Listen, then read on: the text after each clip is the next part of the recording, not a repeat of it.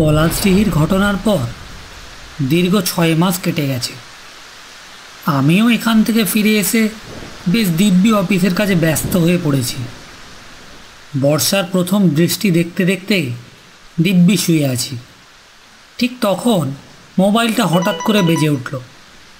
ভাবলাম হয়তো অফিস থেকে ফোনটা এলো, আবার হয়তো বসের কাছ থেকে কিছু কাজের অর্ডার আসবে। এসব ভাবতে ভাবতে ফোনটা রিসিভ করলাম।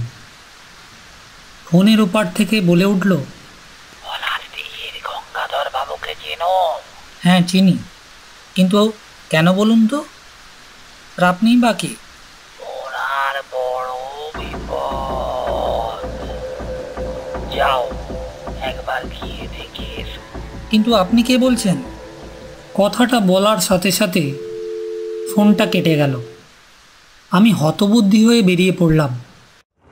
3:20 ট্রেনটা ধরতে পারলে বোধহয় সন্ধে করে পৌঁছে যেতে পারবো। এসব ভাবতে ভাবতে বাইরে বেরিয়ে কিছুটা হাঁটতেই অমিতের সাথে আমার দেখা হলো। দেখে মনে হলো ও যেন আমার জন্যই অপেক্ষা করছিল। তাড়াতাড়ি এগিয়ে যেতেই ও বলে উঠল, কিরে, কোথায় যাচ্ছিস নাকি? পলাশডিহি যাব রে, একটা জরুরি ফোন এসেছিল। কেন, আবার কিছু হলো নাকি? হ্যাঁ, ফোনের উপর থেকে কে যেন বলল গঙ্গাধর বাবুর নাকি ভীষণ বিপদ। তারপরই ফোনটা কেটে গেল। ও যা, তাহলে আমাকে ফোনে জানাস তো কি হলো। ঠিক আছে, আসি রে আমি। এবার আমি ট্রেন ধরে আমার গন্তব্যের দিকে চললাম। পথে যেতে যেতে বর্ষার পল্লীগ্রামের সেই অপরূপ সৌন্দর্য আমার মন ছুঁয়ে গেল। সত্যি, হাজার ব্যস্ততায় আমরা এগুলো কখনো খেয়ালই করিনি। সন্ধে করে আমি পৌঁছে গেলাম সেই পলাশডিহি।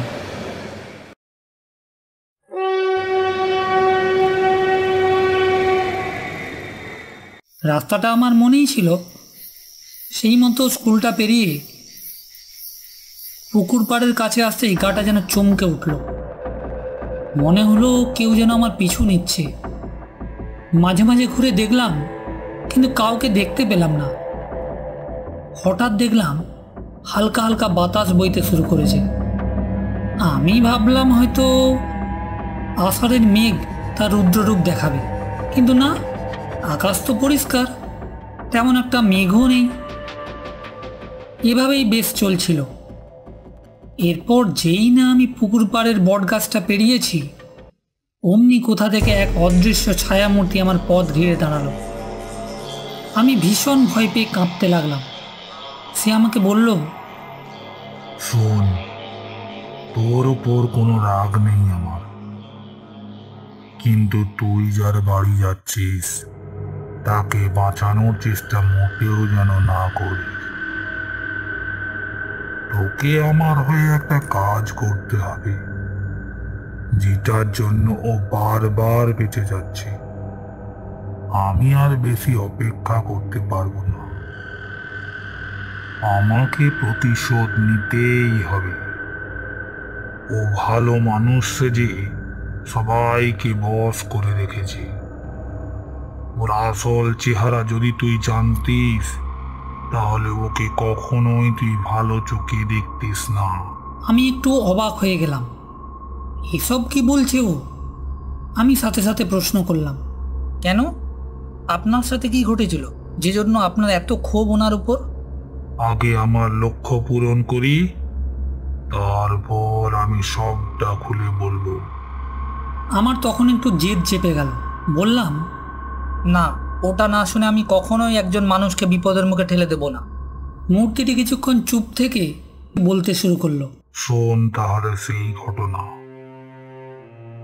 আজ থেকে 10 বছর আগে এই গ্রামের বড় পুকুরের পাড়ে আমাদের বাড়ি ছিল। আমি, আমার ছোট্ট মেয়ে রুমি আর আমার বউ মিলে সুখেই দিন কাটাচ্ছিলাম। আমি তখন বিশেষ কিছু করি না, ওই মোড়ল মশায়ের বাগান সাফ করার কাজ করতাম। তাতে সে তেমন কিছু পারিশ্রমিক দিত না। পারিশ্রমিক বেশি চাইলে বলতো, আরে তুই এত ভাবছিস কেন? তোর বাড়তি পয়সা আমি জমা রাখছি, কোনো বিপদে পড়লে তখন একবারে নিস, কেমন? এরপর সেই দিনও চলে এলো। হঠাৎ ওদের অজানা কোনো জ্বর দেখা দিল। আমি অনেক ভরসা নিয়ে মোড়ল মশাইয়ের বাড়িতে গেলাম। গিয়ে টাকার কথা বলতেই সে আমাকে বলল, গরিবদের আমি পয়সা দিই না, শালা ভিখারি কোথাকার। বলে কিনা আপনার কাছে বাড়তি জমানো টাকাটা দিন, শালাকে মারতে মারতে বিদায় করে দেবো ঘর থেকে। যাদের টাকা নেই তাদের বাঁচার অধিকার নেই। যাও যাও তো এবার। আমি অঝোর ঝরে কাঁদতে কাঁদতে বাড়ি ফিরলাম। বাড়ি ফিরেই দেখলাম বউ চাতক পাখির মতো আমার জন্য অপেক্ষা করছে। ঘরে ঢুকতে সে আমাকে বলে উঠল, কালই তুমি ডাক্তারবাবুকে নিয়ে আসবে, আমরা আর পারছি না। হ্যাঁ, কালই নিয়ে আসবো। ওই দিন আমি আর গোটা রাত ঘুমোইনি। পরদিন সকালে বেরিয়ে আমি আবার একবার মোড়ল মশাইয়ের বাড়িতে যাই, কিন্তু উনি আমার সঙ্গে দেখাই করলেন না। এই অবস্থায় বাড়ি যাই বা কোন মুখে? এর ওর কাছে চাইতে গেলে বলে গরিবকে নাকি কেউ টাকা ধার দেয় না, তারা নাকি শোধ দিতে পারে না। এভাবে ঘুরে ঘুরে যখন ঘরে গেলাম, দেখলাম ওরা আর বেঁচে নেই। নিজেকে এত অপদার্থ মনে হলো আমি হয়তো পৃথিবীর সব থেকে অপদার্থ পুরুষ। এসব ভেবে ভেবে নিজেও আত্মহত্যা করে বসলাম। আমাদের লাশগুলোকেও কেউ পোড়ানোর জন্য এগিয়ে এলো না, উপরন্তু ও বুড়ো আমার ঘরটাকেও পুড়িয়ে ছাড়লো। এবার আমার সেই 5 মাস আগের ঘটে যাওয়া সেই রাতের কথা মনে পড়ে গেল। আমি হাঁ হয়ে রইলাম। শুনে সত্যিই কষ্ট হলো। মানুষ সামান্য অর্থের জন্য কতটাই না নিচে নামতে পারে। আমি বললাম, আচ্ছা, এ ব্যাপারে আমি কিভাবে আপনাকে সাহায্য করতে পারি? তুমি শুধু গঙ্গাধরের তাবিজটা সরিয়ে একটু ভুয়ো তাবিজ ওনাকে দিয়ে দেবে। বলবে এটা তোমার বন্ধু পাঠিয়েছে, আগের থেকেও বেশি শক্তিশালী। কিন্তু আমি কিছু বলতে চেয়েও বলতে পারলাম না। ছায়ামূর্তিটি বলে উঠল, তোমাকে যা বললাম মনে রেখো, না হলে এই গ্রাম থেকে তুমি বেরোতে পারবে না। কথাটা মনে রেখো। আমি তড়িঘড়ি নিজেকে সামলে নিয়ে বললাম, আচ্ছা, আমাকে এখানে ডাকলো কে? এটা বলার সাথে সাথেই ছায়ামূর্তিটা কোথায় যেন মিলিয়ে গেল। আমি আর দেরি না করে তাড়াতাড়ি গঙ্গাধর বাবুর বাড়ির দিকে চলতে লাগলাম। রাত্রি 8টা নাগাদ পৌঁছে গেলাম তার বাড়িতে। গিয়ে দেখি তিনি যেন ভীষণ দুশ্চিন্তা নিয়ে বসে আছেন। আমাকে যেতেই উনি বললেন, আরে অমিত যে, বন্ধু এলো না কেন? এদিকে আমার যে প্রাণ যায় যায় অবস্থা। ওরা আমার পিছনে পড়েছে, আমাকে বাইরে বেরোতেই দেয় না। গঙ্গাধর বাবুর কথাটা শোনার পর আমার একটু আগে ঘটে যাওয়া ঘটনাটা মনে পড়ে গেল। আমি সাথে সাথে গঙ্গাধর বাবুর মনে একটু অভয় দেওয়ার চেষ্টা করলাম। বললাম, আপনি একদম চিন্তা করবেন না, ঈশ্বরকে মনে মনে স্মরণ করুন, উনি পারবেন আপনাকে এই বিপদ থেকে রক্ষা করতে। আরে দূর দূর, ওসবে আমার বিশ্বাস হয় না। আমি ওসব মানি না, এখন প্রাণ বাঁচলে দেখতে পাই। আমি আর কিছু বললাম না। ভাবলাম উনি নিশ্চয়ই নির্দয়। কি ভাবছো? এসো, খাওয়া দাওয়া করে নি। রাতের খাবার শেষে ওই দিন আমি পাশের ঘরে শুতে গেলাম, কিন্তু ঘুম কিছুতেই ধরল না। মনে শুধু একই চিন্তা ঘুরতে লাগলো।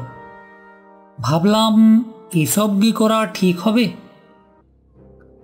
এসব ভাবতে ভাবতেই হঠাৎ দেখলাম পাশের ঘর থেকে একটা আওয়াজ আসছে, যেন মনে হচ্ছে কেউ যেন কার গলা টিপে ধরেছে। আমি তড়িঘড়ি পাশের ঘরে গেলাম, আর গিয়ে যা দেখলাম তাতে আমার শরীর হিম হয়ে যেতে লাগলো। দেখলাম গঙ্গাধর বাবু জ্ঞান হারিয়ে মেঝেতে পড়ে আছে, আর তার পাশে সেই কালো ছায়ামূর্তি। ছায়ামূর্তিটা আমার দিকে ঘুরতেই আমি বলে উঠলাম, তুমি গঙ্গাধর বাবুর প্রাণ নিয়ে নিলে?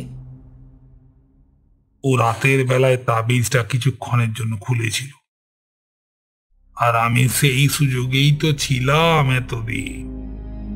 আজকে আমার এতদিনের আশা পূর্ণ হলো। আমি আজ মুক্ত হলাম, আর আমার কোনো ক্ষোভ থাকলো না। তুই এখন চলে যা, আর কখনো আসিস না পলাশডিহি। আমি একটু কৌতূহল নিয়ে তাকে জিজ্ঞেস করলাম, আচ্ছা আপনি কে, আর আমাকে ফোনই বা কে করেছিল? সাথে সাথে দেখলাম ছায়ামূর্তিটি একটি মানুষের রূপ নিল। মামা, তুমি তুমি আমাকে ফোন করেছিলে? হ্যাঁ, তোকে সবটা জানানোর জন্য যে আমাদের সাথে কি ঘটেছিল। এই বলে মামা বাতাসে মিলিয়ে গেল। আমি তৎক্ষণাৎ বেরিয়ে পড়লাম শহরের উদ্দেশ্যে। সত্যি এখানে না আসলে আমার কাছে যে কত কিছু অজানা থেকে যেত